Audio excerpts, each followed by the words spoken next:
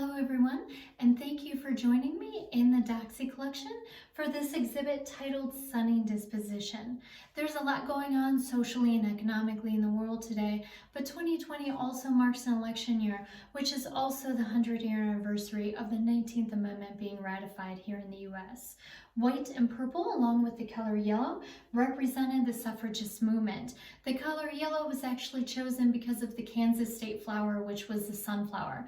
And the sunflower represents not only love and devotion and faithfulness, but also an unwavering strength in adversity, which Kansas is known for having some extreme weather. So sunflowers more or less weather the weather, and that was why it was actually chosen as a third color here in America for the suffragist movement. So we have a number of dresses here on display that I'd like to talk about real fast. We have some 1960s day dresses, we have some 1930s day dresses, and then some 1970s evening gowns as well. So what's interesting about the 1960s dress, as you can see, compared to especially the 1930s dress, bright yellow was all the rage in the 1960s. Very bright colors were in, neon almost. And as you can see, this is a day dress, very simple in its lines, clean lines, but it represented that social technological change with the bright, bold, color-fast colors. Color-fast means that the color won't fade over time. Mixed with some polyester, this yellow definitely stands the test of time and is very bright, and a good example of the brightness but simplicity of the early 1960s. Behind me, we have a 1930s dress. It's more of a chartreuse color. Chartreuse is a mixture of yellow and green, can be more yellow, can be more green. Really kind of depends on the viewer and the manufacturer. But what's interesting about this chartreuse dress is it's a very good example of a 1930s simple day dress, but with the bias cuts. If you look very closely, you can see the bias cuts along the bust area, as well as accentuating the hip area with the pleats in the waist area.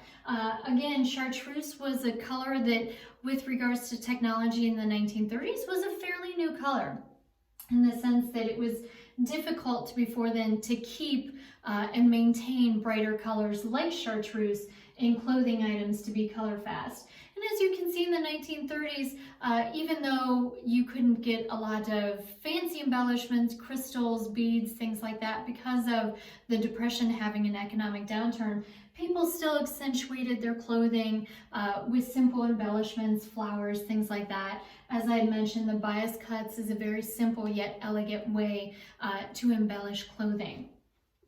And then over here we have a 1970s evening dress. And then in the 1970s, of course, 1976, we had the American Bicentennial. And so a lot of clothing went back to the Little House on the Prairie look. Big sleeves were in, ruffles were in, high wide waists were in, poofy skirts were in, and then of course you hear that wonderful polyester sound that was so popular in the 1970s.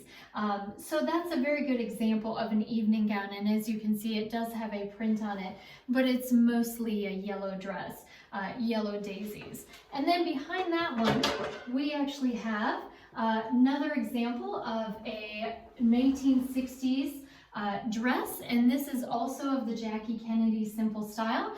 Very bright yellow. You can see it's more of a solid canary yellow as opposed to the neon yellow. But you can see the simple lines, monochromatic, as in it's all one color, but the detail, the simple details, the crop top jacket to go with the matching dress, the dress with the sleeveless arms, the simple sash, and then the matching belt as well, were details in the 1960s that more or less bespoke the elegance of Jackie Kennedy.